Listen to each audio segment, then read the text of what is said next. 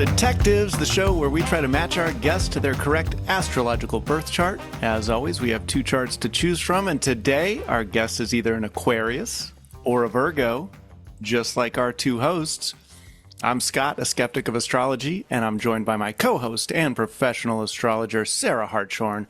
Sarah, let's talk about those Aquariuses and those Virgos, and which one's better. We keep getting these pairs. It's fun, isn't it? Yeah. I think they actually make a great combination, especially if you have both in your big three, like both of us. That's right. But I'm going to, as you would explain, I am going to present Virgo, but be deep down Sun Aquarius, whereas you're going to present Aquarius, right? And be deep down a Virgo. I don't know if it's deep down, but yes. Yeah, at your core or whatever, Yeah. I thought. Yeah.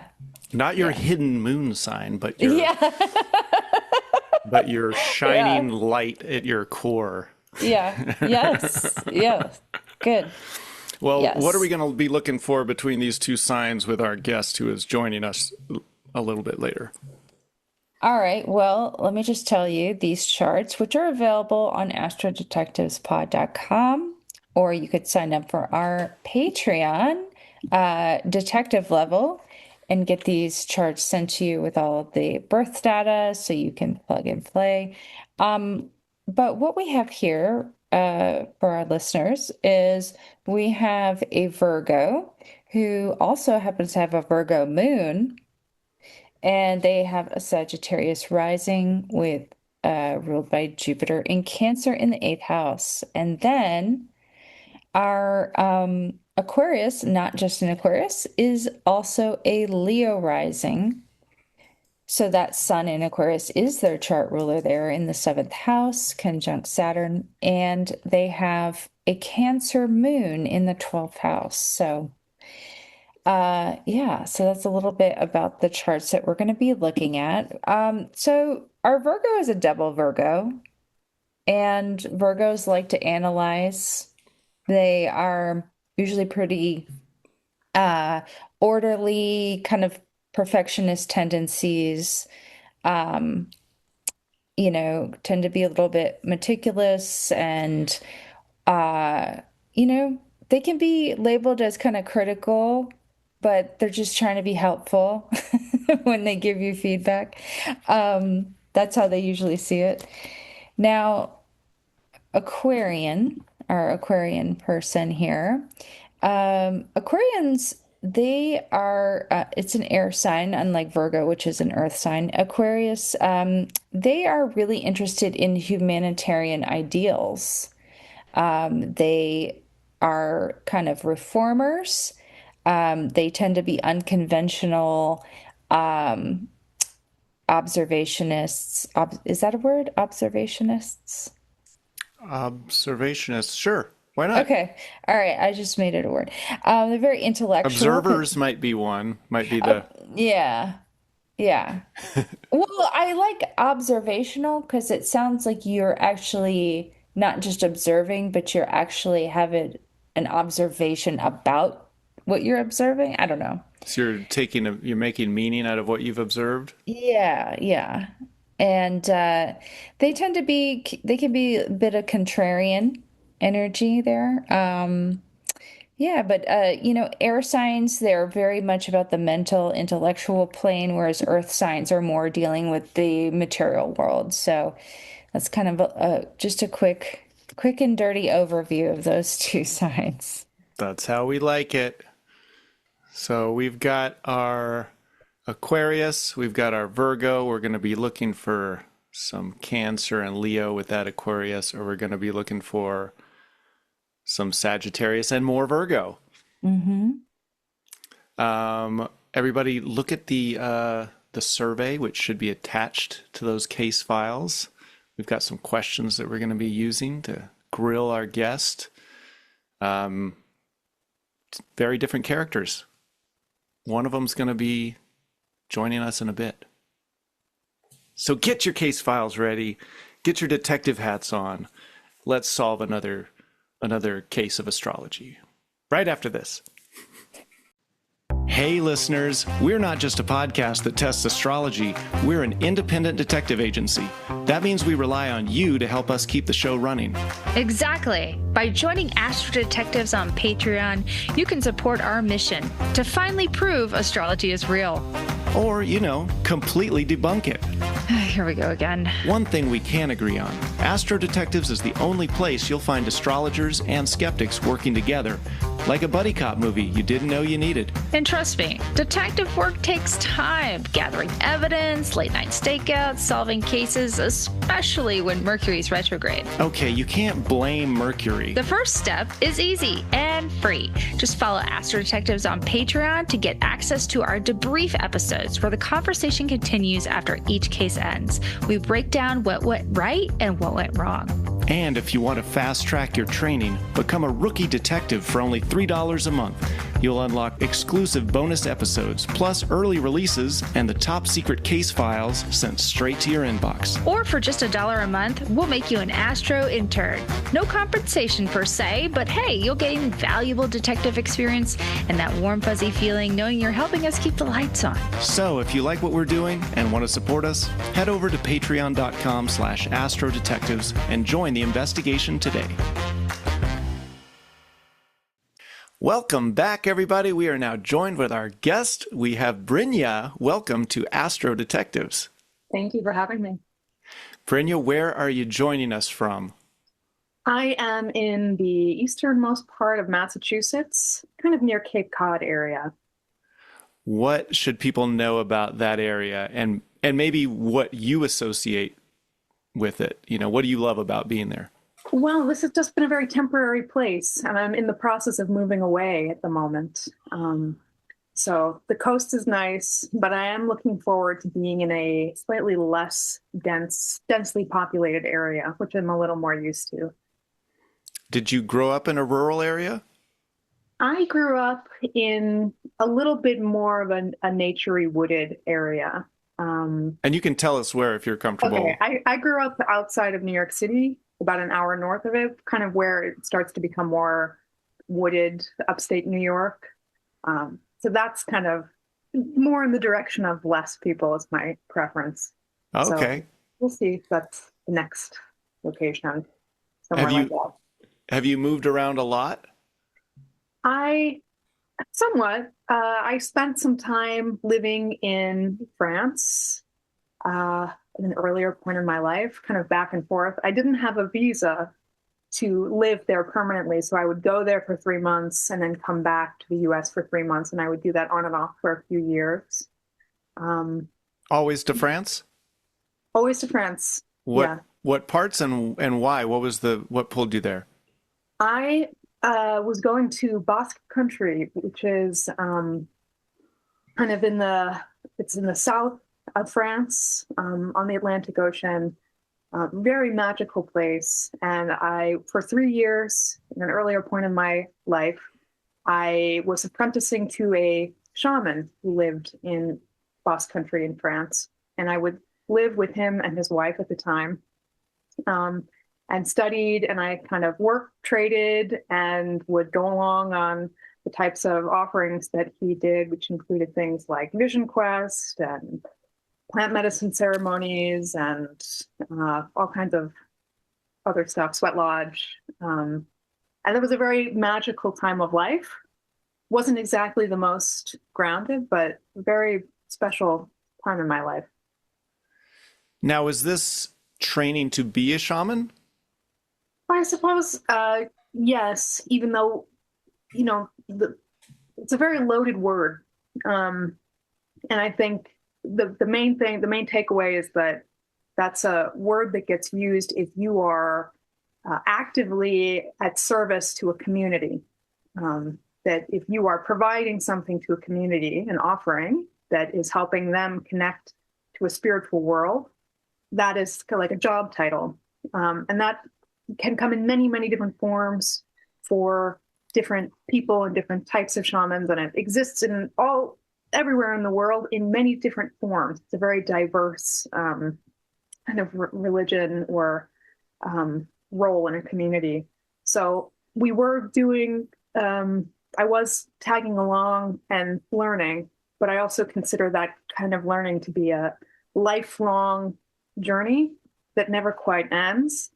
And also something that you have to earn it by be providing something that's necessary to a group of people. So that's a very loaded word, but yeah, it was learning. So to be actively practicing is kind of part of the word and helping people through that practice, and that's what you were observing. I'm curious, what types of things were being done to help people? Were there any, and was there something you saw a lot of that helped most of the people, as opposed to some other practices that were more minimal and occasional? Yeah, well, so the guy that I was learning from and apprenticing to, the biggest offering that he would do was Vision Quest. And so usually in the summers, for a few times every summer, a group of people would come and they would for a few days, they would do teachings. They would eat good food. They would kind of mentally prepare, physically prepare. And then we would bring them up into the mountains, the Pyrenees Mountains, drop them there. And for 5, 7, sometimes 14 days, would leave them there, and they would fast or do kind of abbreviated fasts and come down after their time, and then do plant medicine ceremonies. And that was something that I was very close to my heart, because I did it twice and found it very transformational. It's something that you might do if you are, period of transition in your life, or trying to work through something, needing to come back to yourself in some kind of way. And I found it very centering, and moving. And then sometimes he would work one-on-one with people who would use different systems, archetypal systems, to help people know themselves, and meditation. And it was a kind of a amalgamation of many practices. That was the way that he worked. And what else? In Sweat Lodge, it was kind of a big mix of the kind of offerings that he would give, depending on whatever it was that one person might need. But the most structured thing was the Vision Quests. Can I just ask, did you participate in the fasting? I did. Okay. And it really helped me health-wise, because I had been having a lot of chronic illness with my stomach. And so the first Vision Quest I did, I fasted for 5 days, and I felt a lot better. And then I started fasting very regularly after that, because it was making me feel so much better. And then I thought, wow, this must be a cure-all to fast a lot. And then I did a 2-week Vision Quest where I specifically asked to fast for 2 weeks. And I don't recommend that. And it did not help me as much as I thought it would. So I have cooled it with the fasting, but I really like it as a practice. Okay. How often do you do that? To fast? I would say for about a 4-year period, I would do it maybe 4 times a year, like a 3-day fast 4 times a year. And then I started feeling a lot better, so I stopped doing it so much. Okay. Thank you. It really helps if you can sync that up with your scheduled colonoscopies, everybody out there. I just had to fast for 1 day and have bad food for several other days. What was it that motivated you to kind of start that? Was there something that drew you out there? Have you always been a kind of spiritual, inquisitive person? Yeah, I had a really remarkable, spontaneous experience at some point in my college years. I couldn't tell you. And it was like, I woke up one day and had just something kind of unexplainable happen. I got up and I felt a pull, and I ran out. I'm abbreviating. Oops. But I ran out of the house, and I came across a dead animal. And when I saw it, I kind of had like an epiphany of what was about to happen in my life, the events that were about to occur. And in the preceding days and weeks, this kind of spontaneous, hard to exactly explain what it was, but it was kind of a shift of awareness happened. And I felt very kind of almost outside myself for a series of weeks, and had a couple of very serendipitous and somewhat magical experiences. One of which was during that time when I felt like I was having like near like epiphanies of like emotional, spiritual, mental kind of liberation in a way that I've never experienced anything like this. It really felt kind of transcendent. I had an experience during that time where I had picked up a book about shamanism, and I had been reading it for a few weeks lately. And I sat down on a cloudy day reading it, and right after I opened it, I started reading a sentence, and the sentence said, I was called to, or my teacher was called to shamanism in the most intense way. He was struck by lightning. And when I read the word lightning, lightning struck outside the house randomly on just a cloudy day. And it was things like that were starting to happen. It's hard to describe exactly how profound that was, but from that moment, it was kind of like the path was clear. As I'm going to go study this. We'll see how that unfolds, and it will be a lifetime of work, and that'll just be the focus for the rest of my life. And that is still a lifetime of work. You're still on that path? Yes. Interesting. As a child, on the questionnaire, you were saying that, currently shamanism is what best describes your religious or spiritual beliefs, but you were raised Unitarian Universalist. Mm-hmm. Can you kind of describe what that was like? Yeah, I always describe Unitarian Universalism, this is probably not the best description, but it's like being liberal was a religion. That it's kind of like a community of people, whether it's spiritual or agnostic or secular people who want to come together in shared values and have community of inclusivity. And that every person in the community is encouraged to come up with their own spiritual practice, whatever that is, drawing upon any other system, and bring that together into a shared community. So you can still have a religious or spiritual community and still have the freedom to have your own path within that.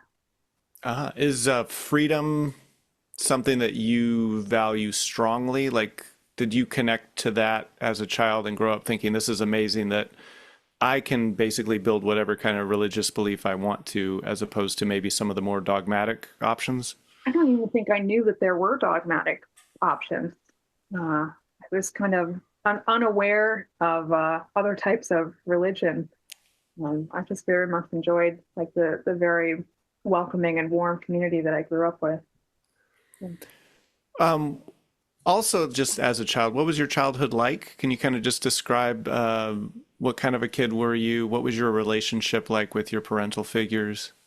Yeah, I had a really wonderful childhood. I have wonderful parents. Yeah, just incredibly warm, very caring, attentive parents. Both of my parents kind of came from broken homes. And so it was a huge intention of theirs to break any cycles of pain or dysfunction in the family. So we went to family therapy from a very young age, like to nip anything in the bud that might have been off or causing pain or,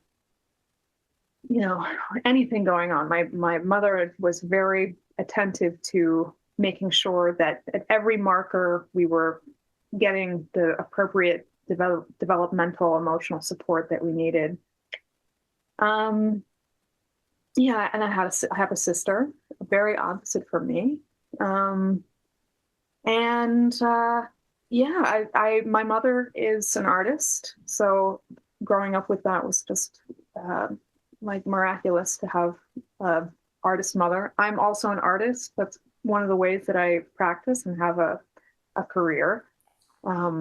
and my father's an architect. So I had two very creative parents that were extremely supportive and extremely encouraging. I think when I've spoken to other people about their childhood, I come to realize more and more that the default for most parents is criticism, as a way to try and help your child get to the right milestones.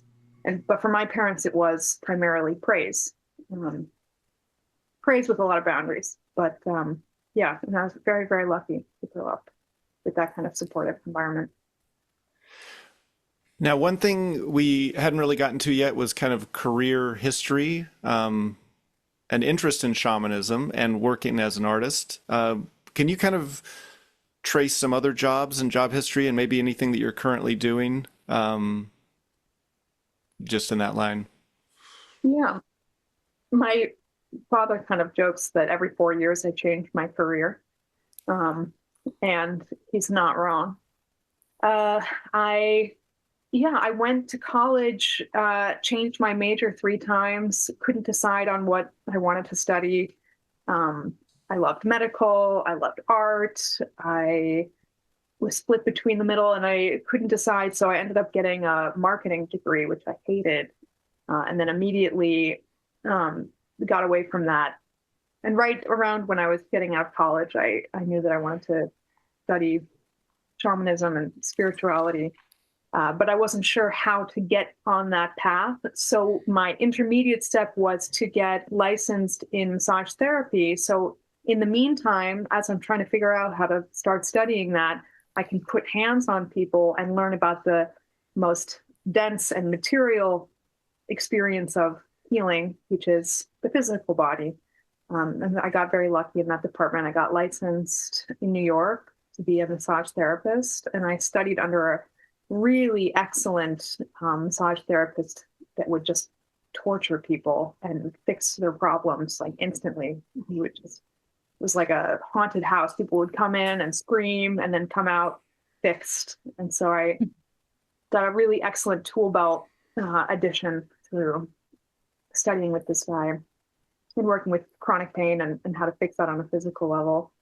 So that's in the tool belt. So I can always go back to that if need be, massage therapy. And it does come up here and there still. And then I did that apprenticeship for 3 years. And then after that, after that apprenticeship ended, I decided that I wanted to share my notes about what I had been studying for the past few years. And so I started self-publishing illustrated guidebooks about synthesizing some of the systems that I had been learning about. So I first came out with a book about animal totems and the I Ching, these 2 different archetypal systems, and how their archetypes kind of overlap. And then I put out a couple of card decks and books about human design, which was one of the systems that I studied with the shaman. And then I did a book about yin mysticism, which is kind of Taoist. A tarot deck that I did with my mother about synthesizing tarot archetypes with recovery work, 12-step work, and now astrology. But I won't say anything about astrology. So the last piece of that. Sorry, I'm rambling. I have this career where I self-publish illustrated books and try and make my notes really beautiful and really accessible for people who are also learning the same systems. And then the last thing that's kind of the last development is art. So I've been in the psychedelic painting space, it's called visionary art, and it's a whole thing. So I've been getting out there and going to festivals and painting, and what it feels like is that the psychedelic art is kind of bringing it back towards gathering community around shamanic work to come full circle. Does psychedelic art involve any extracurricular things that you take before producing the art? Or am I reading too much into that? Some people do that. I can't do that, but what some people do. What makes it psychedelic art?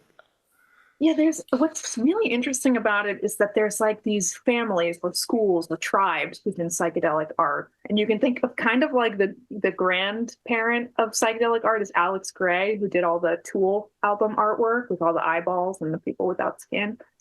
And he's really created this a space, and a lot of people kind of have based their psychedelic art off him and their schools of psychedelic art. And some of it's very cartoonish, which is what some people see on certain types of psychedelic substances.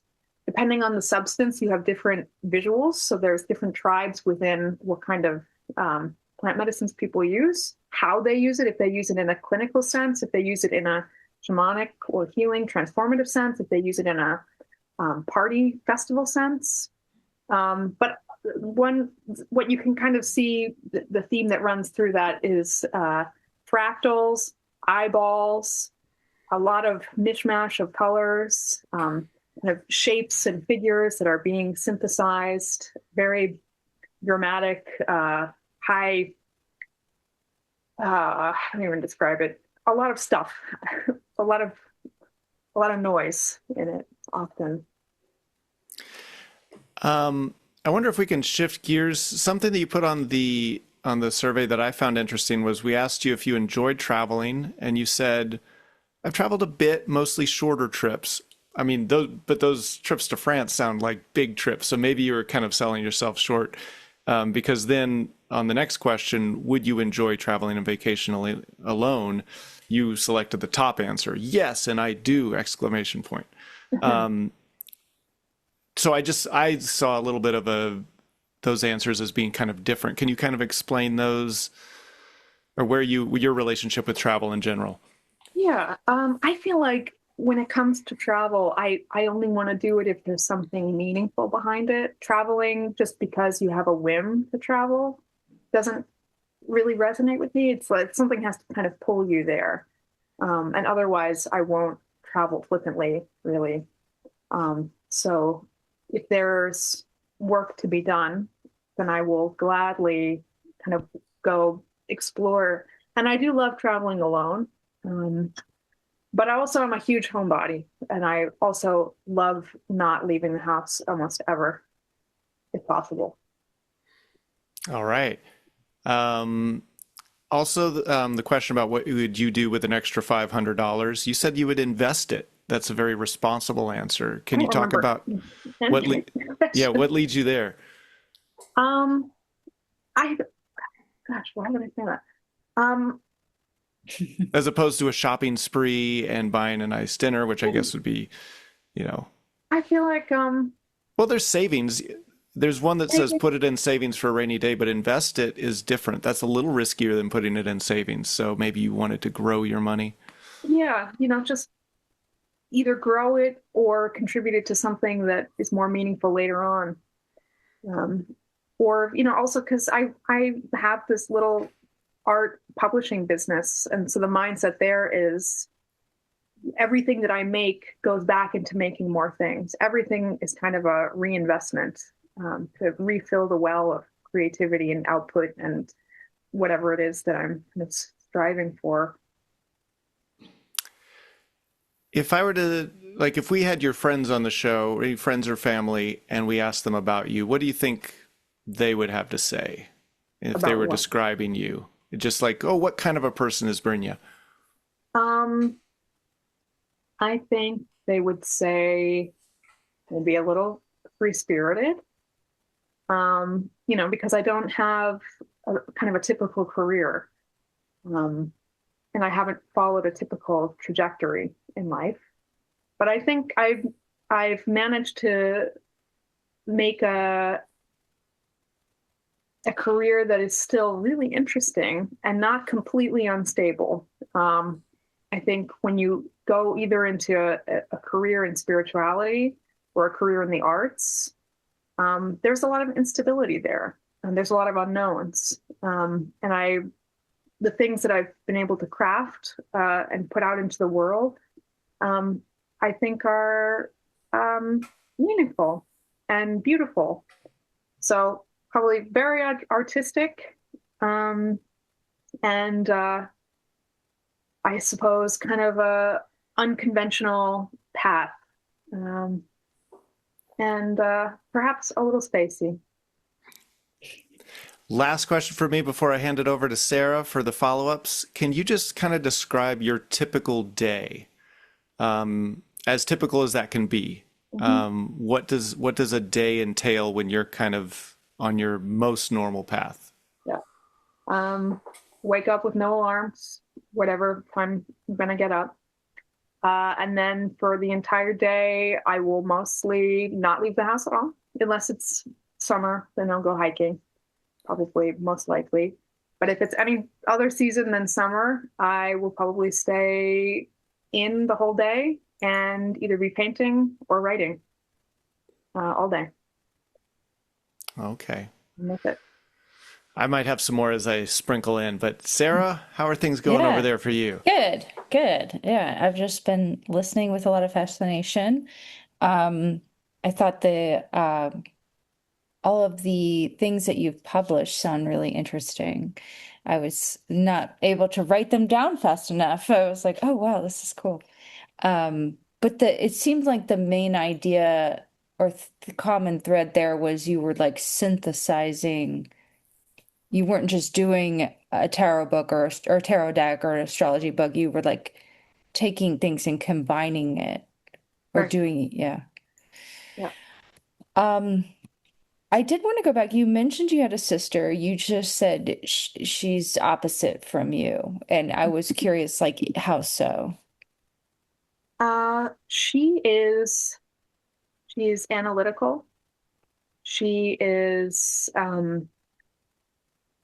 business minded in a different type of way. I think we both kind of inherited our dads. Both of our parents are entrepreneurs, and successful artist entrepreneurs. She's a little bit less on the art side, a little bit more on the traditional business side, a little bit more of the, follow the traditional path to success, whatever that looks like.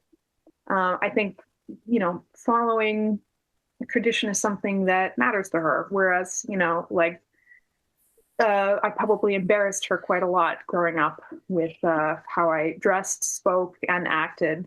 But I think she's grown to be okay with it as we've gotten older.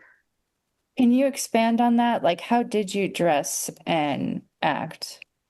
I remember there was one occasion where I, in high school, wore like parachute pants with heels and a Hot Topic sweatshirt covered in graffiti and like a fedora hat to school. And she actually left me at home and would not drive me to school. So I missed first period because she just disallowed it. Didn't want to be seen with me. What do you think if you had to analyze your psychology, like, were you trying, was it just because you thought this is fun, or were you trying to embarrass her, or what was the motivation behind that outfit? No, I don't think I was trying to embarrass her. I think, yeah, it was, it was an expressive time in high school. And I think, to be completely honest, the influence of my Unitarian Universalist youth group had an effect on my bizarre sense of clothes for a time. And yeah, it's almost like if someone asks me to dress normally, I like short circuit and end up wearing something bizarre just by accident because I can't quite figure out what that's supposed to look like. Okay. Well, you said how you dressed it and how you acted. How did you act? I wasn't a high performer in high school. She was. She was like the president of the young business owners club at school. And I was barely showing up for classes. I think the dynamic there was almost like the more she tried hard, the less I would try hard, or the less I would try hard, the more she would try hard. And as I mentioned, we went to lots of really good family therapists who pointed out that perhaps if we tried to meet in the middle, we would balance each other out a little bit. And I think my parents were quite afraid that I was going to party a little too hard because I enjoyed being unstructured so much, which luckily was never really a problem, it turns out. Um, but that was the fear. Okay. So what were you doing when you said you were barely showing up to school? Well, that might be an exaggeration, but Okay. I would structure my classes so that I would, be able to show up to school late if as many times as I could. I would show up late quite a lot. Um, I would, not getting great grades. I was kind of just doing the exact bare minimum. And I think part of it was just that I wasn't feeling, um, I didn't have a goal yet. So I just didn't feel like applying myself. Um, and then at the very end of high school, I kind of pulled it together and surprised some of my teachers by, getting good enough grades to get into the college that I wanted to get into. So it wasn't a complete disaster, but I Okay. wasn't kind of living up to my sister's high standards. Okay. Um, so you were just not feeling passionate about it seems like you seem like a really intellectual, educated person, but maybe you were just, it sounds like you weren't inspired by what the school had to offer. Yeah, in retrospect, if I could go back, I think I would have really loved to be in intellectual circles. My partner now is very intellectual. He just defended his PhD like last week. And I really, really enjoy being around highly intelligent people. And I do wish that I had prioritized that. But I just didn't know that if you don't apply yourself in certain ways, you might not get to be in certain circles of interesting thinkers. So I still pursue that, even, and it's a funny thing because you don't often think of an art career as being something that puts you into intellectual circles, but that certainly is Hmm. a goal of mine, regardless. Okay. It sounds like you have a lot of interests. Do you consider yourself, I mean, do you get really passionate about these things? Say so. Um, Yeah. yeah, as long as it's as long as it's niche, it seems to interest me. I do wish that I could get really interested in something like, I don't know, stock trading that would pay off, but instead it's, like the I Ching or like animal symbolism. Um, Hmm. yeah, I'm a slow learner, unfortunately, but I Okay. can get passionate. Okay. I mean, do you talk passionately about these things? I would say so. Yeah, and I do like public speaking when I get the chance. That's the Okay. funny thing when you self-publish a book, it puts you in positions to do public speaking, even though no one really gave you permission to self-publish. People think that Mm. you do, think that you got it. Um, okay. Uh, what is your level of like organization? Are you an organized person or not so much? I would not say that I am. I think I've probably disappointed every roommate that I've ever had in that department. I'm not going to say it's awful, but it certainly doesn't come naturally. Hmm. You said you wrote several books. How did you balance disorganization with completing books? It's a good Oh question. yeah, completing. Not my favorite part, um, but it's a funny thing, in the art world, you have artistic license to be imperfect, but in the writing world, you're not supposed to ever do anything imperfect. Everything's got to be really on the mark. But a lot of my books are messy in a way. They're organized nicely because my father's an architect and he gives me a lot of unsolicited design advice before I publish anything. And so they come out really nicely organized. They look very nice and put together, if I do say so myself. Um, but a lot of the process of making it is disorganized. Um, and finishing and editing is a drag. Hmm. Um, Okay. Do you, sorry, I'm just trying to see where I'm going to go next. I might ask some random questions here. Do you have any interest in history? Loosely. I enjoy it when I hear it, but I don't pursue it actively. Okay. How do you handle being ignored? Um, well, I'm an introvert, very much so. And I love that. And I think it's wonderful to be an introvert. I'm biased. But by the nature of my career, there have been a lot of times where I kind of go out in the limelight, and it's exhausting, but it's also very gratifying to uh, be in those positions. But being ignored, maybe just on a more personal level, Yeah. yeah, I don't like it. I guess what I'm saying is like you someone you send a text and someone just kind of ignores you or they're not good at responding. Does it get under your skin or you just kind of accept that that's I how think they are? usually it's okay, kind of the same way, unless it's, a crucial moment of communication. It's usually pretty okay. Oh, okay. All right. Um, are you competitive? Um, Not very much, not athletically at all.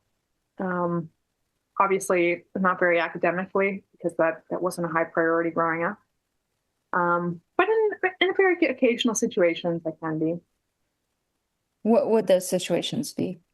I've really enjoyed, since I've stepped into the art world, I've really enjoyed kind of competitively making up for lost time, and trying to build an art career as quickly as possible and see how fast I can gain the kind of foothold you need to have an art career. That's felt very competitive, and I've quite enjoyed that. Hmm. Would you consider yourself an independent person? Do you handle, if you've got like a car issue, do you just handle it or whatever issue, or do you rely on other people for help with money or anything? Um, I like to consider myself an independent person, but I've also, grown up with a great support system. And so I've been very, very lucky to have that.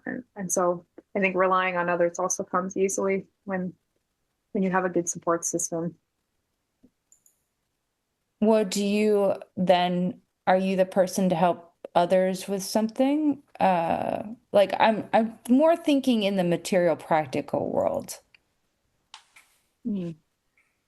Um, yeah, I mean, I love to give unsolicited advice, but Hmm. uh, yeah, I'm just trying to think of a recent example of that. Um, but I'm not quite sure. Okay, that's all right. Um, so so can you tell me a little bit about your partner? Yeah. So I mentioned he just defended his PhD, uh, and so he is a microbiologist and ecologist. So he studied the effect of the microbiome in wildlife and how it is changed by predation risk.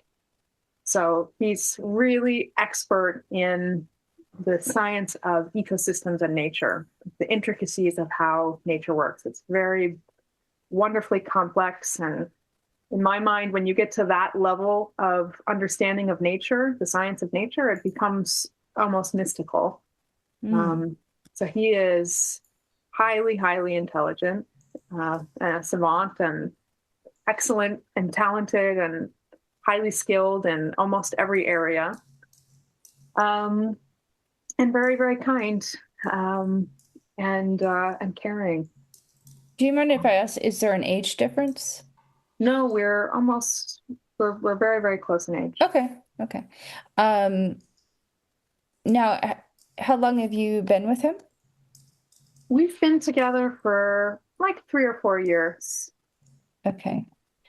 And prior to that, what was your dating life like? Did you spend many years single, or were you in a lot of different relationships? No, I had one major relationship in my college years, and then I spent about 7 years completely. I didn't want anything to do with any romance, anything, nothing. I just was almost kind of living the life of a nun. And I wanted that to continue. That felt very right for me. Um, and then, uh, in a very surprising turn of events, ended up with my partner. It was kind of a shock to me. Wasn't expecting that. I very, Oh, very, very much enjoyed being single, and I didn't want anything to get in the way of that. how did you meet him? We actually met through his last partner. Oh, Um, they were together for a long time. Um, and yeah, and then they split up okay. and we got together. Um, have you ever been someone who's gone to like those party festivals in the desert? I forget what they're called. Burning Yeah, Man. I have been to Burning Man once. Yes. Okay. Is that do you like to do those things a lot, or did you formerly like to do those things a lot? To be honest, I hated Burning Man. I thought I would love it, but I I really enjoy quiet.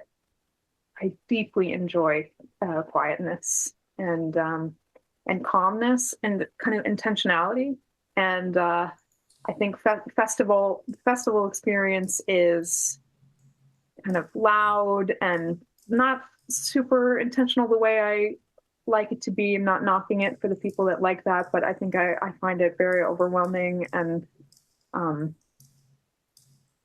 difficult to make Overstimulating. connection. And Hmm. yeah, Um, have you ever been kind of a um motherly figure to people in your life, like friends? Do they see you as like a mom, or have you ever wanted to be a parent?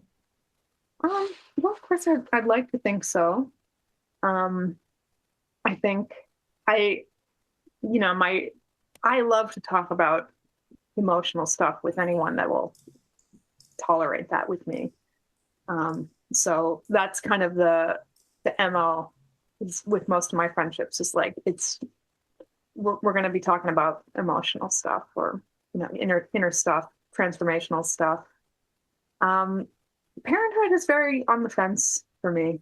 Not sure, totally unsure still if that's what I want to do. Okay. Um,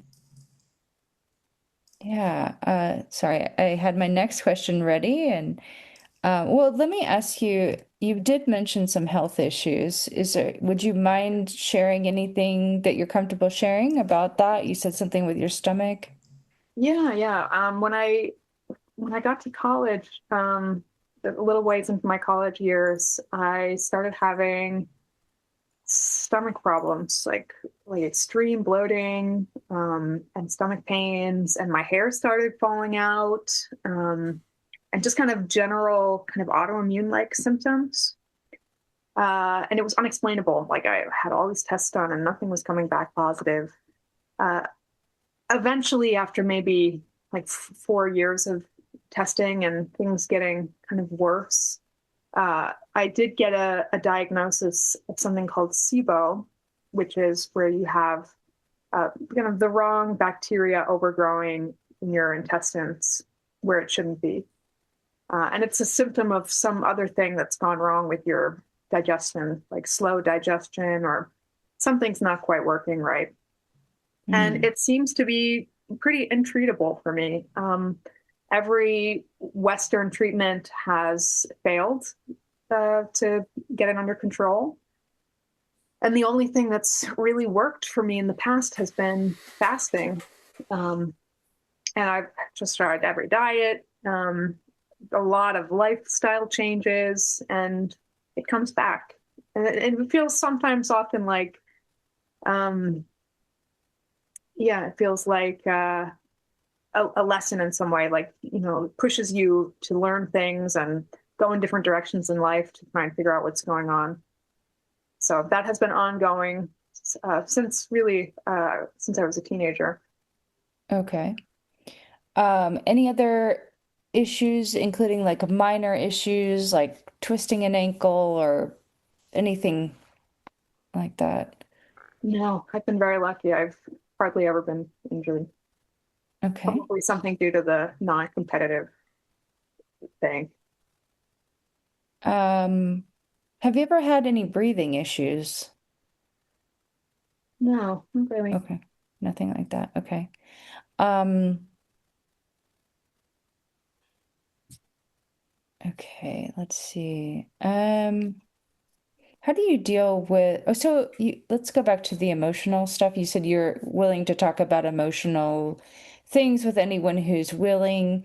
Are you someone who's, you would say, get is very in touch with your emotions? Do you cry often?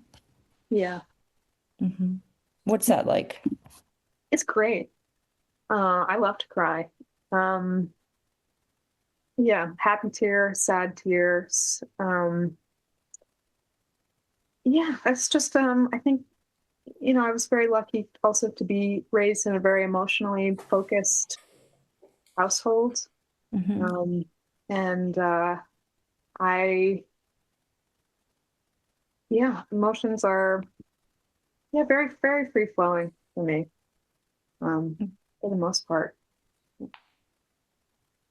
Okay. Um, hmm. Do you this is so random. Do you happen to wear like shorts often? Yeah, in fact, the past few years I've been going through a phase where I, like, in the warm months, I almost exclusively wear men's underwear, like men's boxer briefs, like out of the house, Nice. like military cotton boxer briefs. It might be time to grow out of that phase, but that, yeah, it's been like a uniform. It's like I only wear that. Hmm. What do you like more about yourself? Do you physically, do you like your legs or your hair?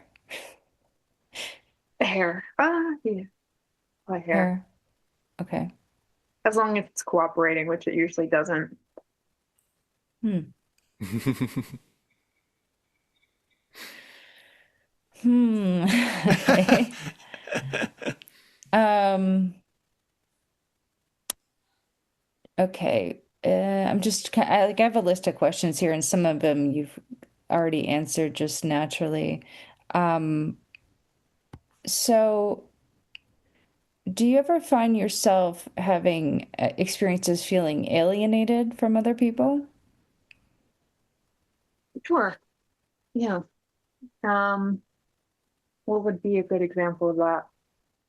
I guess Um, it's more, has that been like a reoccurring theme in your life? Or or can you just, are you just like everybody else? yeah, growing up in high school, um, there were periods where it was like down to one friend or less for periods of time, and sometimes it was more. Um, but I also feel very, very discerning with who I let in. And I think part of that is just because I um, don't always relate easily. Um, and so that isn't to say that, uh, you know, I'm, especially different to anyone else, but that for me, connection can sometimes feel um, very selective or occasional, like to have deep connection where I feel like I truly resonate. Hmm.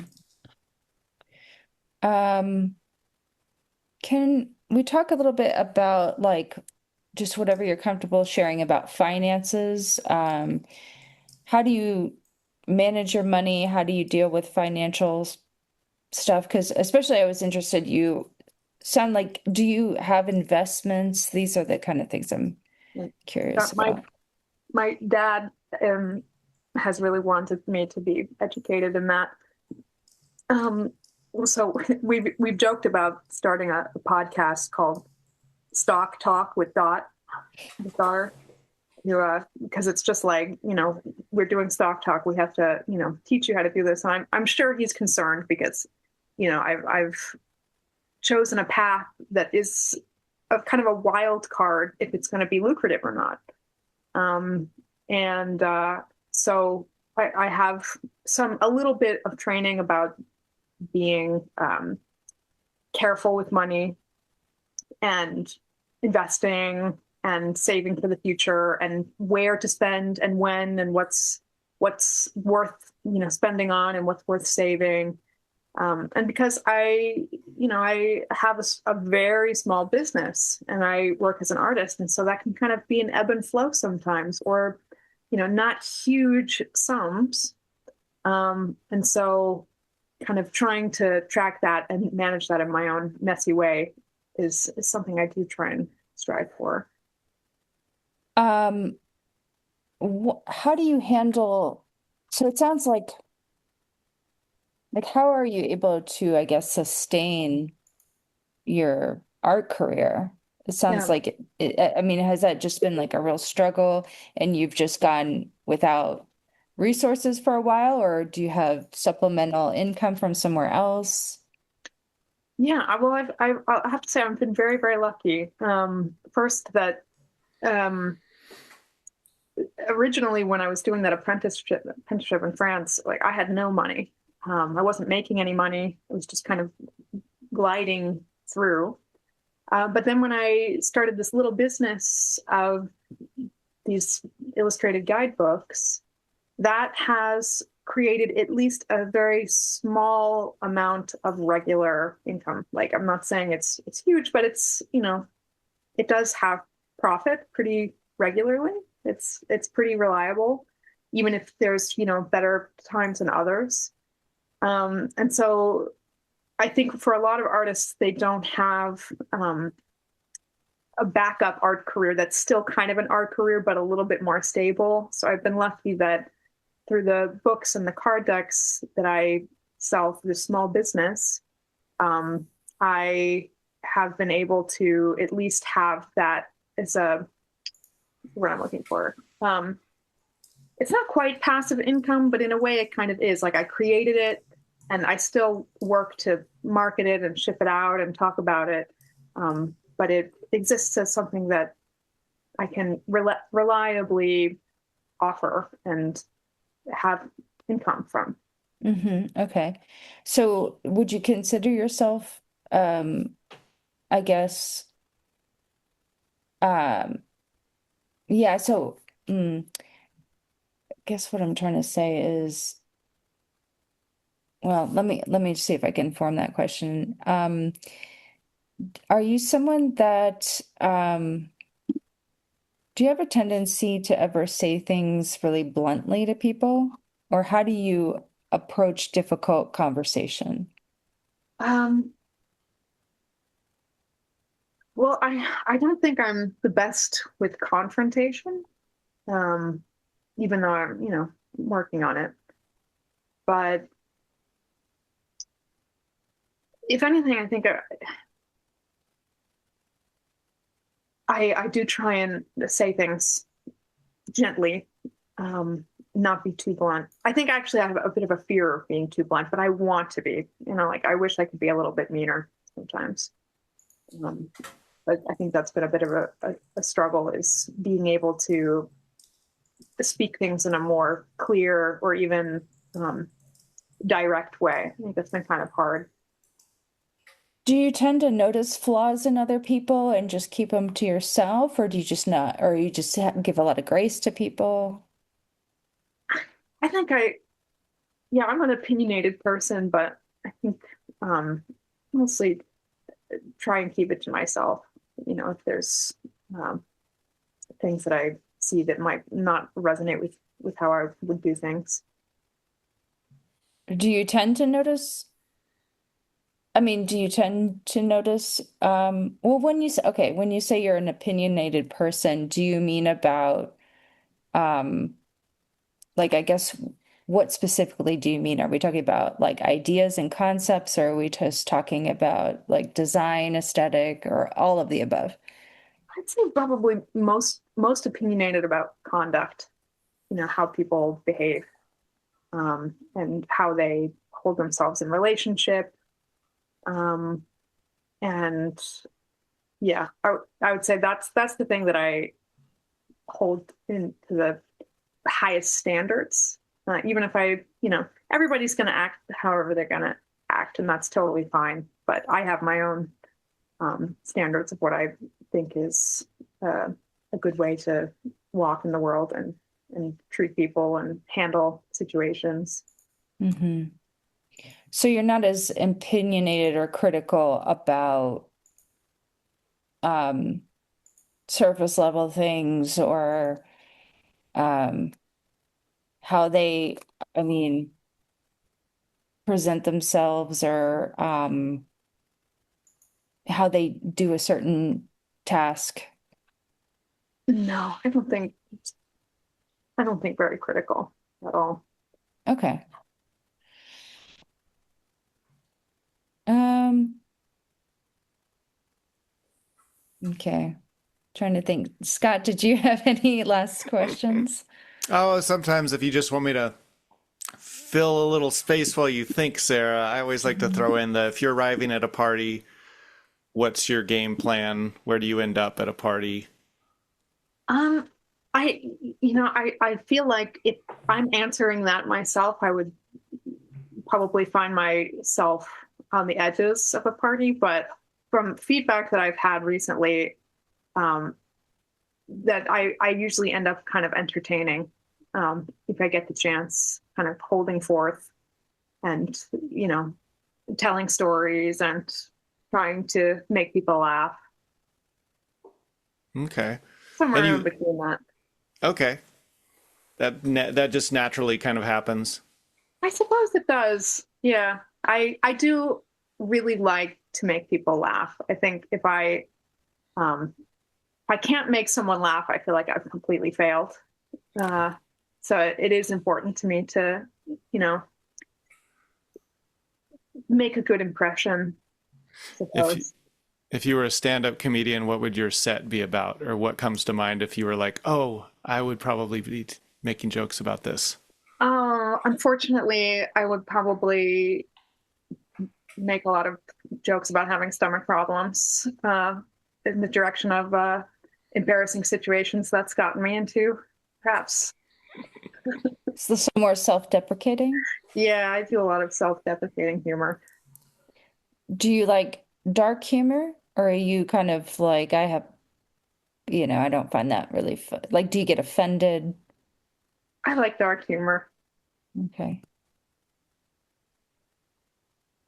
Um, do you enjoy like um decorations or um wearing things that are from like other cultures? Is that like a part of like who you are?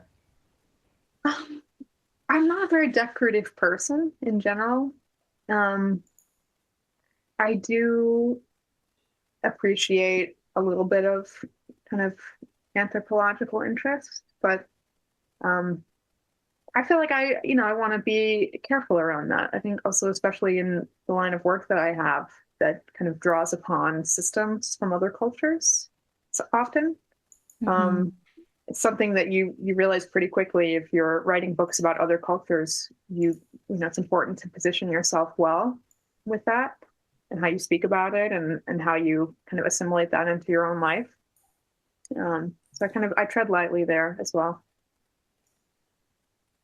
Um, I will say also, my father is from Iceland, so I do. But a big part of my identity is connected to Iceland and that okay. culture.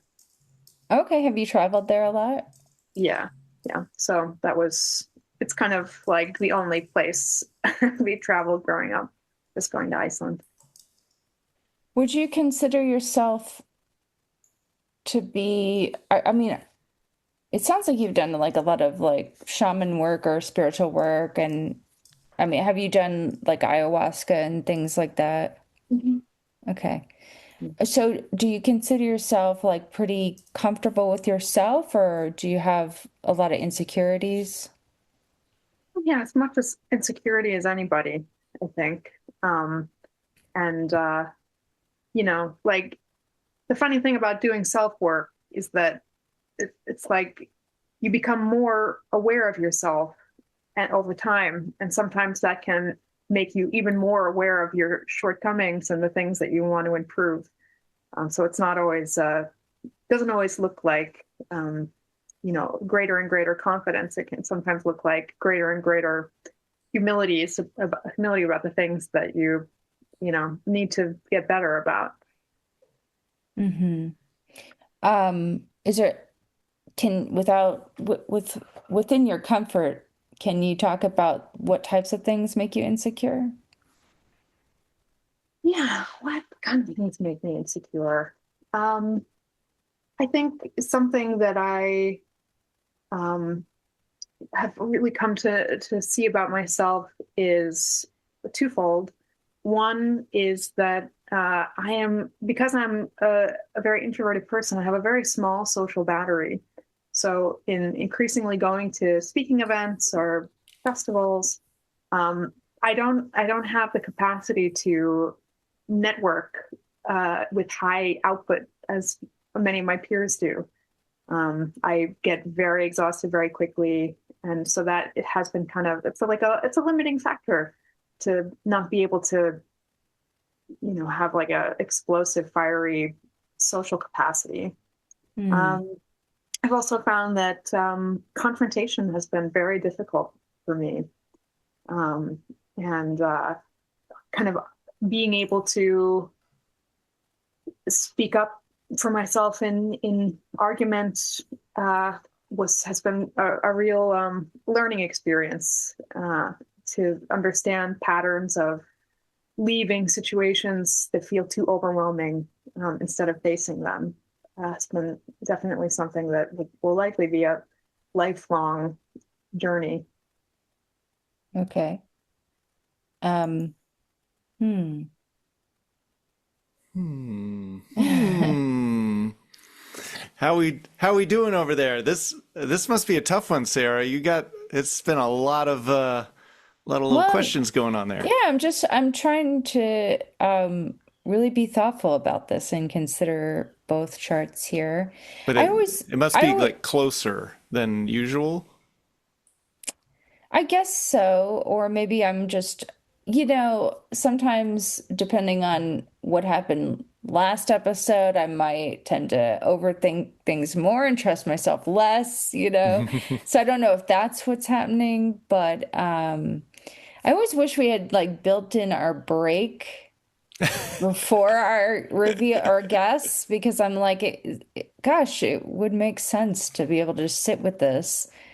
But one of them's not popping off. Like as you're asking questions, you're kind of saying, well, this chart would answer this way and this other chart would answer the other way. And her answers must be kind of like ticking both. I've gone back and forth a few times, but yeah, especially when we talk about health things. Yeah, I guess maybe the last question I ask, and I don't know if this will help me either way, but it's just a fun one I like to ask, and it's like, do you ever celebrate Halloween? And if so, like, I'd love to know what some of your favorite costumes were, including childhood. Yeah. I do love to dress up. I really love part of part of it's like every day feels like a little bit of a dress up day for me. Like I feel like I'm always a little bit like putting on something bizarre. And and Halloween's just kind of like a different variety of it. And often on Halloween, I'm just wearing my regular clothes, just like a little bit more zhuzhed up. Hmm. So let's see. Last Halloween, this past Halloween, my partner and I dressed as each other. So he, I dressed up as a scientist. I just put on his clothes, lab coat, and gloves, and he dressed as an artist. So he put on my clothes. Cute. The year before that, we dressed up as like Lord of the Rings elves, put on the ears, which was again we just wearing my clothes for my regular life, pretty much. Um, and the year before that, I don't think I did anything the year before that that I can remember. Um, the problem is with Halloween is I feel like I just often don't have big plans to go to, which is the only reason I think I haven't gone completely all out with many costumes. And as a kid,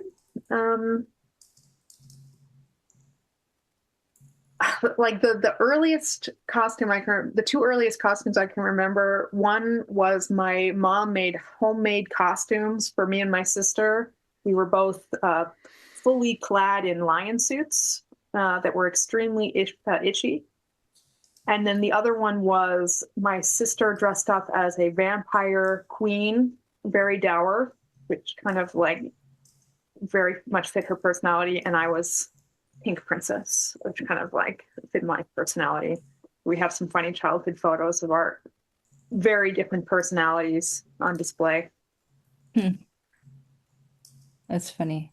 Do you did you or do you like, the princess stories like Cinderella and all those fairy tales and stuff? How do you feel about those? You know, same as probably every little girl. What was my favorite? Probably I really liked Ariel, and I really liked what was the other one that I quite liked? Um, oh, I can't remember, but yeah, I was a fan. Okay. Like Pocahontas. Yeah. Okay. All right. I'm gonna stop pestering you and thank you for answering so many of my It's so nice questions. to be asked questions, isn't Oh, it? okay, okay. Yeah. Well, good, good, good. And hopefully everybody at home is following along and they're making their selections too. It's always interesting to see if we land on the same guesses. But Brynja, this is where we actually put you into the waiting room for a little bit. Sarah and I are going to confer, share our guesses with each other, and then bring you back and find out if we're right or not. Sound good? Sounds great. All right, we'll see you back in just a few minutes. Okay. Sarah, these Yeah. are those exciting times. Mm. How you feeling? I'm not like feeling like I want to put all my chips on the table on this bet, Like I I guess this is, I don't know. I really try to be thoughtful about each chart. I really try to ask thoughtful questions. Um, but there was a few things that were speaking to one chart, but she then would say some stuff that I felt like kind of maybe eliminated that. So I don't know. I think yeah. Either way, That eliminated that. Interesting. well, I don't want to probably Yeah. shouldn't say definitively, but like um yeah. I don't like that split feeling. Yeah, Oh, I know. I really don't like it. This show is that split feeling. Yeah. Yeah.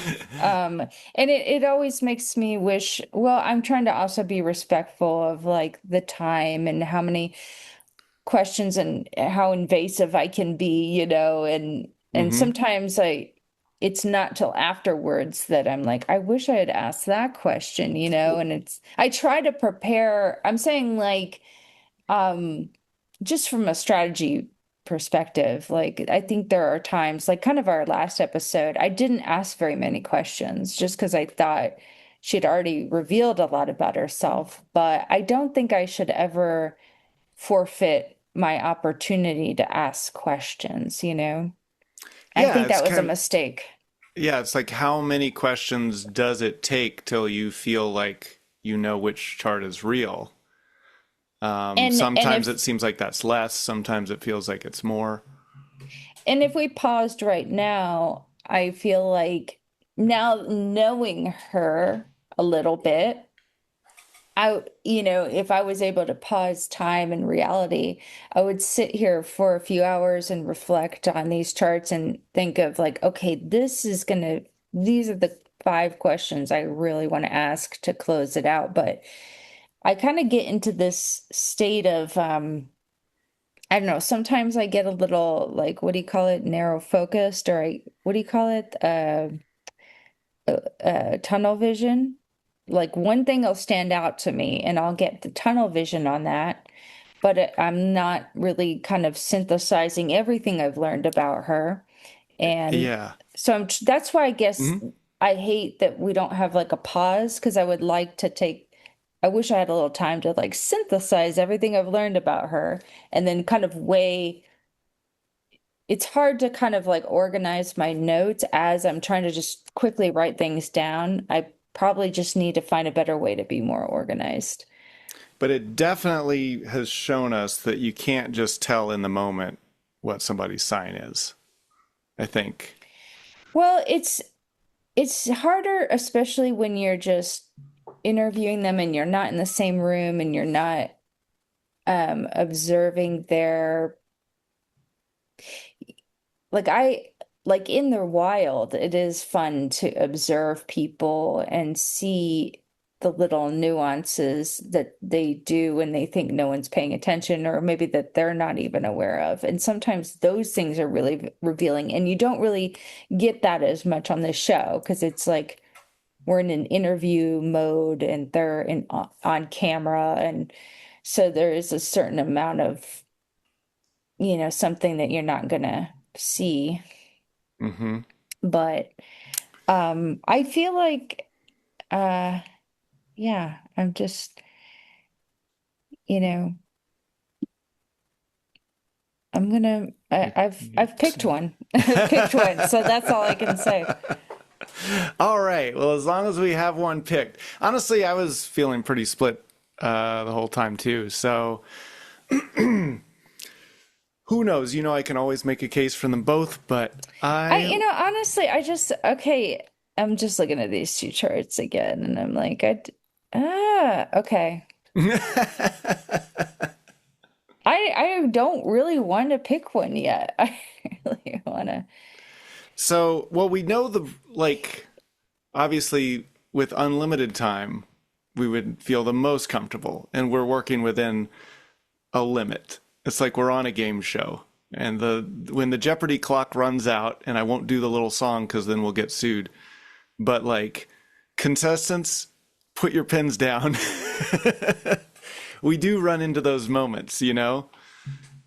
So within the constraints of this show, I think the question is, can someone use astrology to pick the correct chart that belongs to the person? Mhm. Without unlimited time, unlimited observation. But I feel like getting to know them pretty well. A lot of astrology tests are done, blindly with the questionnaire. And we actually get to talk to the guest. You can pay attention to how they sound, their appearance, the way they move, the way they respond to questions, and get to pose different questions based on that. Are they leading Mhm. you in a different direction than you expected, and then tailor it? So I think this is one of the most favorable conditions for us to be able to see if we can choose the right chart. I say we because I have my 2 little cards in front of And me too. honestly, if I had more time, and I probably will try to think of a way to do this, but maybe picking out a particular transit from each chart and asking them, what was going on in your life on this year, I admit like I feel like I'm leaving something on the table by not doing that, but that's all right. All right. All right. Well, yeah. I I don't know either way. Honestly, I think I'm gonna pick randomly. Okay. I'm split. Um, so we ready to say it on three? No.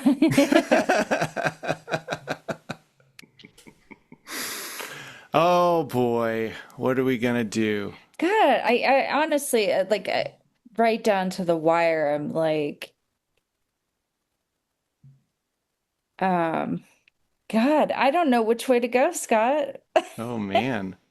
Now I'm curious if we choose the same one. There's a lot that you're factoring in. I can see Sarah's like, I can see the gears turning. Well, it's like I'm like, oh, okay, This is with, yeah, this is an interesting moment because in this moment, both charts could be true. And so if you met her and you saw one of these charts, either one of them, you would say, well, yeah. well, with limited information, but in practice, in following someone for years, But like if she what? came in and you sat down and you were, doing a reading with her, you'd be like, yeah, this is lining up. This makes sense with either one Mm. of these.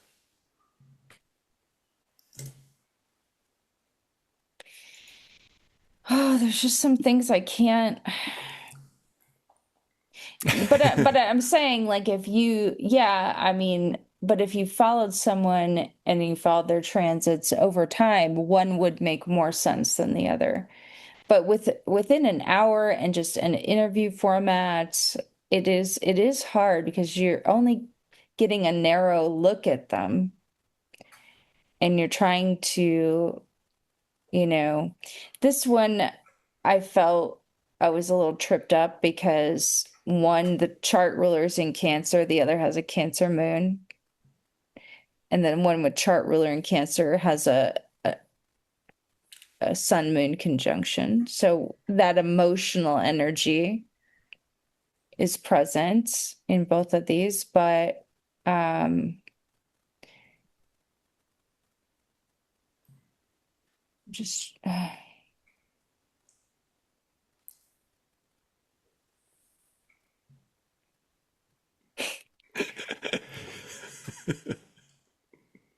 I would be pushing you more if I felt like I confidently had one. Um, I'm just going to look at the two pictures. The Virgo and the Aquarius. Well, well, well. well, before can we talk it out? Can we Well, I talk it feel out like when, together? Is that allowed? I mean, then it would be like influencing each other's decisions. We Well, kind of, last time we did like a little debate after we revealed our decisions. And I was like, this is why I chose this one. And you were like, well, this is why I chose this one. And then, of course, the debrief, we get to talk it out so you like it better that way. after the fact. But wouldn't it be fun if we were putting the puzzle together? Together? Together. Yeah. I guess I wish I could, in this moment, tell the audience what I'm thinking and why, just to justify. You can, as right after we make our choices, we could tell the Mhm. audience anything we want to tell them. Can we poll the audience? I'd like to use the 50-50. Yeah. I would, every episode, if we could just use the 50-50. Eliminate one of these two, please. Thank you. Mhm. Now I have my choice. Hmm. That would be awesome. All right, let's just pick one and then you can tell the audience whatever you want.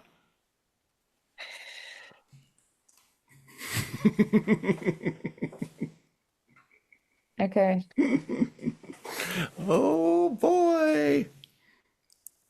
Do you have one of your cards in your hand? No, I have them both in my hand. I'm so frustrated right now. I just feel like I'm being forced at gunpoint to make a decision when I haven't finished my investigation.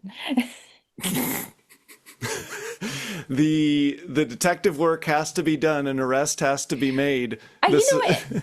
This is why I wish we would do non-astrology people because I would ask more. I'm trying to like, because if this person knows their rising sign or like their moon sign, which clearly she does, you know, I love when people unconsciously just say things. Um, Mm-hmm. but I always feel like with astrology people, I have to be careful, because I don't want them to just um reveal, yeah, I don't want them to just reveal I don't want to be like to, them to say like, yeah, I'm a perfectionist, wink, wink, you know. Did she say she's a perfectionist? I don't think so, and I don't think we asked her. Maybe we should, but But I don't think we should. I think you and I both know enough of the keywords that we know not to ask the keywords. And we also have one is an earth sign, one is conjunct Saturn, oh my So God. even all of the rules that are supposed to make them as different as possible, they are still having a lot of similarities. Is that interesting? On the surface, in a quick surface level review, you're not going to get, that's as deep as we can get. It doesn't mean that these charts are the same and would produce the same kind of person, but I am trying to figure out how would this chart act? And is that similar to her story? And how would this chart act? And is that similar? Mm-hmm. So, astrology works just fine. The astrologer is trying to interpret what I see. Yeah. Well, to me, yeah, astrology works fine. Both of these could be right. Like, That's so not astrology working either way, fine. astrology would be right, regardless of which one is hers. No, that's not what that means. Like, if she showed up with either one of these charts, we would be like, yeah, that matches. I mean, a language is a language, and you can either interpret it or you can't. But the descriptions, I guess, of her, either words, like we're using different words in the same language, and both of them are describing her.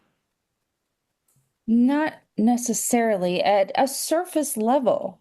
At a surface level, we just met this woman, okay? We know a few things that she has shared from her own subjective experience. We're not scientists in the field observing her walking around Massachusetts.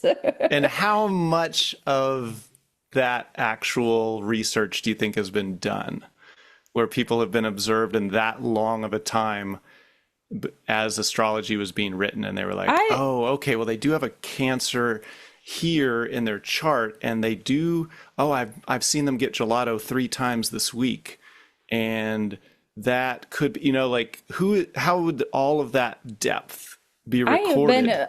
Scott, I've been observing you since I met you. No, but I mean, like, when you're creating such a system, how would you know which is which is which?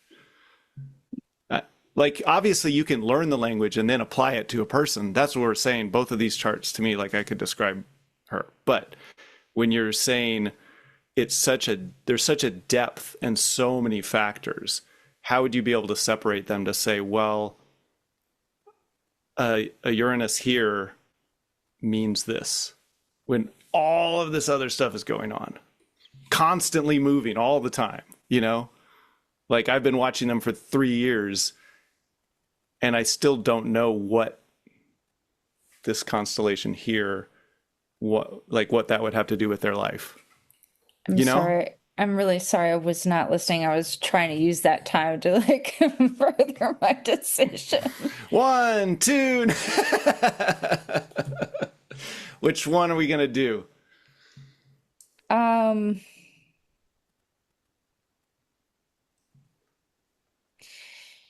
Well, can we just recap what she said about herself? What did you like? If you just give me 5 bullet points about her.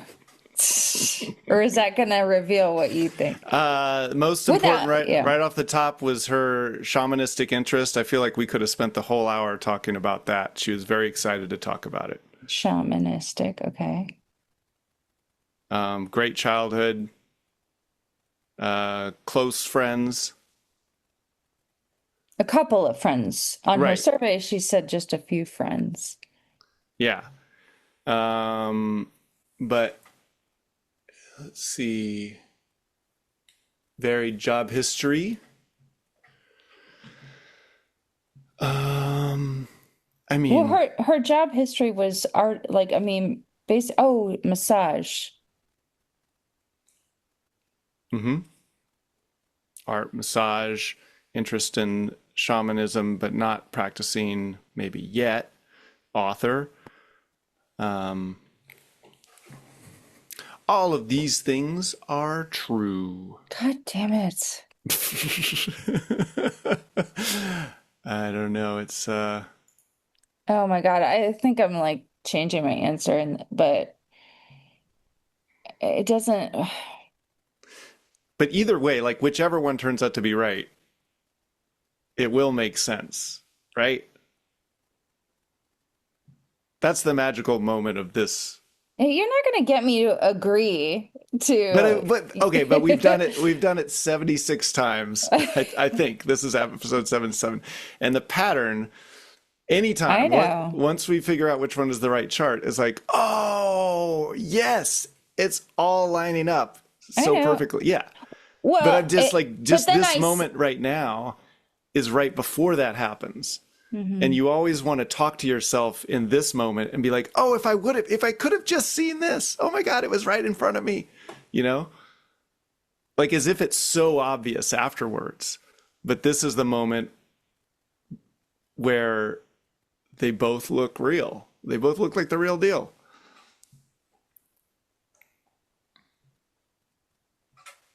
God damn it. Sorry. I'm gonna have to flag this one for language now. I'm struggling here. All right. I'm switching. Oh, so But you had one picked before? hmm. Oh my God. This is impossible. I honestly don't know if I can pick.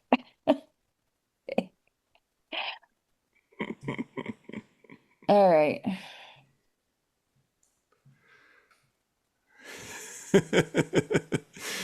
You feeling good? No, I'm not. You feeling But bad? I have one in my hand, but it's not the one I like literally just switched right now. So Oh, I'm it's either fine. gonna, My heart says one, and yeah, my calculations say another one. yes. So let's just choose both of them, and we'll just take a draw this week. Uh, I kind of want to. Can I we know you take a do. draw? Okay. Um,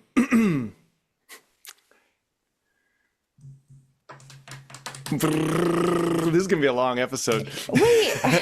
Oh my God, I'm switching back. I'm switching back. No, I don't know. Oh my The God. longest debrief. I'm You sorry. know, if we gave you more time though, I think it would just be like more it would just be more headache. It would be this, but 2 hours of it and your whole evening would be gone and you'd be I like, I still know. don't know which one it is. I'm going to get a stomach issue now.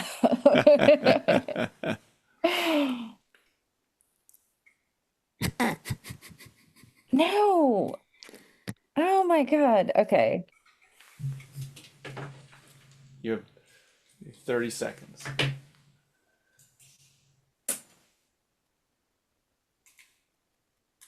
Well, I turn on my light because it's getting darker here. This is the part where the listeners maybe they did skip ahead a little bit, and we're still debating. I mean, you should just edit this part out, honestly, so we don't drag people through this.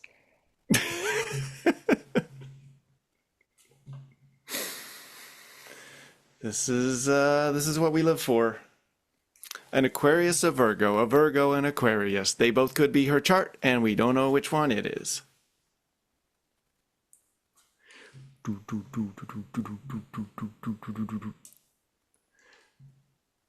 And the timer ran out.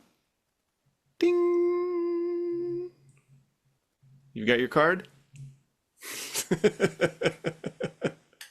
I literally just keep going back and forth. This is so uncomfortable. All right. The record can show Sarah didn't really want to pick one. And this, I mean, it's almost essentially a coin flip right now, right? This choice is kind of a coin flip, right?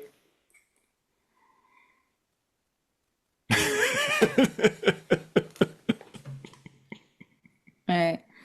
Do you want to just flip a coin? No. If that helps you? No.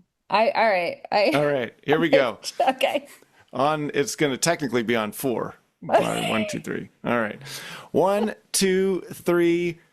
Virgo. All right. Well, at least one of us. At least it's going to go. I literally changed that. I've gone back and forth like Sarah, 5 times. I'll defend Aquarius the same way you'll defend Virgo. Let's get to it. Guys, the choices are in. Sarah's locked in on Aquarius. No, I'm not locked in. She's been locked up. She might be the Virgo. Oh, obviously she might be the Virgo. We And know that. I Anyway, you don't have time. You can't change back. We locked it in. You can change if you want to. Do you want to be the Virgo? Do you want to be on Team Virgo? Well, I'm going to be mad if you get it right and I get it wrong. I know. Well, I'm going to be mad if you get it right and I get it wrong. Are you? Do you Yeah. get mad? I take it personally. Not you, I guess. It sucks to just yeah, all right. I did enjoy last week when I got it right. I know you did. That was fun. And I'm glad, I've gotten it right plenty of times. I can allow you to get it right here and there. All right, I'm gonna Okay. I'm not fully confident in Aquarius, but I've Obviously. No, nothing about this debrief or this huddle has screamed confidence. All right, let's get our guests back in here, find out if we're right or which one of us is right. So come on back right after this break. Hey, listeners, we're not just a podcast that tests astrology. We're an independent detective agency.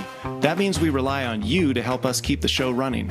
Exactly. By joining AstroDetectives on Patreon, you can support our mission to finally prove astrology is real. Or, completely debunk it. Here we go again. One thing we can agree on, AstroDetectives is the only place you'll find astrologers and skeptics working together, like a buddy cop movie you didn't know you needed. And trust me, detective work takes time, gathering evidence, late night stakeouts, solving cases, especially when Mercury's retrograde. Okay, you can't blame Mercury. The first step is easy and free. Just follow AstroDetectives on Patreon to get access to our debrief episodes where the conversation continues after each case ends. We break down what went right and what went wrong. And if you want to fast track your training, become a rookie detective for only $3 a month. You'll unlock exclusive bonus episodes, plus early releases and the top secret case files sent straight to your inbox. Or for just $1 a month, we'll make you an Astro intern. No compensation per se, but hey, you'll gain valuable detective experience and that warm fuzzy feeling knowing you're helping us keep the lights on. So if you like what we're doing and want to support us, head over to patreon.com/astrodetectives and join the investigation today. Welcome back, everybody. We are joined again with Brynja, who was very patient while Sarah and I went around and around and around, making our decision between the two charts that were given to us. It was one of our longest deliberations. This is maybe one of our toughest episodes. So the detectives were split. I chose one, Sarah chose the other one. We're here with someone who does know the answer. Brynja, we're choosing between an Aquarius and a Virgo. Hopefully you are one of those two sun signs. I am. All right. We are going to get into it in the debrief because Sarah especially was wrestling with these two charts. But to round out this episode, let us know. I'll be asking for myself. If I'm wrong, Sarah's going to be celebrating because that means she's right. Brynja, are you a Virgo? I am not. There you go, Sarah. She was so close to flipping a coin. Oh my God. Okay. It was like Jesus. Just the pain. It was really hard. It was like, I felt bad. I felt like this is the most we've tortured Sarah was this decision. And that huddle was like 20 minutes or something. Anyway, Brynja, we're going to get into the details on how you identify with your chart, the things that Sarah was looking at in the other chart, and all of that. But before we close out this episode, is there anything you want to leave our audience with? Anything you want to plug? Sure. Yeah. Well, I feel like I've talked at length about it now, but I have an array of archetypal study books, guidebooks that are illustrated for easy learning. So that includes books on synthesizing animal totems and the I Ching and human design, which is astrology adjacent. It uses some astrology and other human design topics like the human design deck and incarnation cross study book. I am in a few months going to come out with an astrology book. And that's going to be illustrated astrology, where I've illustrated all of the main astrology placements as anthropomorphized characters to try and get the vibe of placements. Maybe I should send you guys a copy. Yeah, please do. Oh, yeah. That sounds fun. It is fun. It was a lot of fun to make.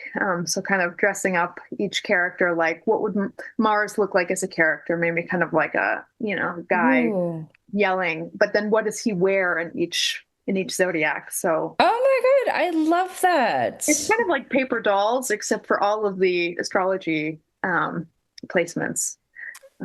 Really fun to make. And it does give you kind of like a vibe, like if you have Saturn, I drew Saturn as like a stiff old guy.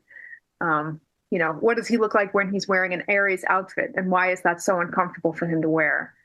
And why is he much more comfortable in a Capricorn outfit, which is like, I drew that as like Saturn in an Aries outfit is like wearing like a basketball penny, like a teenager's basketball outfit, whereas wearing a Capricorn outfit, which is more appropriate, is like a 3-piece suit with a stopwatch.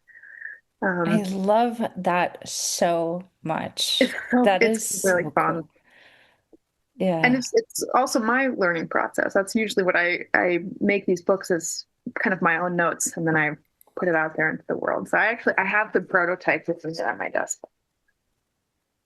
They'll have a slightly different cover, but ooh, I love it. Beautiful. Yeah.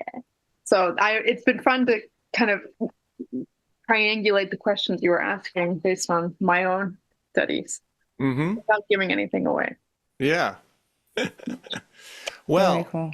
For everyone else, that's it. Let us know what you thought by commenting on whatever platform you follow us on. Links to our accounts are in the show notes. As always, thanks to Mike, our IT guy, and his our IT guy. And his random chartifier thingy. If you like the show and want to support it, you can visit patreon.com/AstroDetectives, where this conversation continues on the free Patreon-only debrief. Don't forget to subscribe on your favorite podcast platform or YouTube so you don't miss the next episode. Rate and review and tell your friends. And until next time, this case is closed.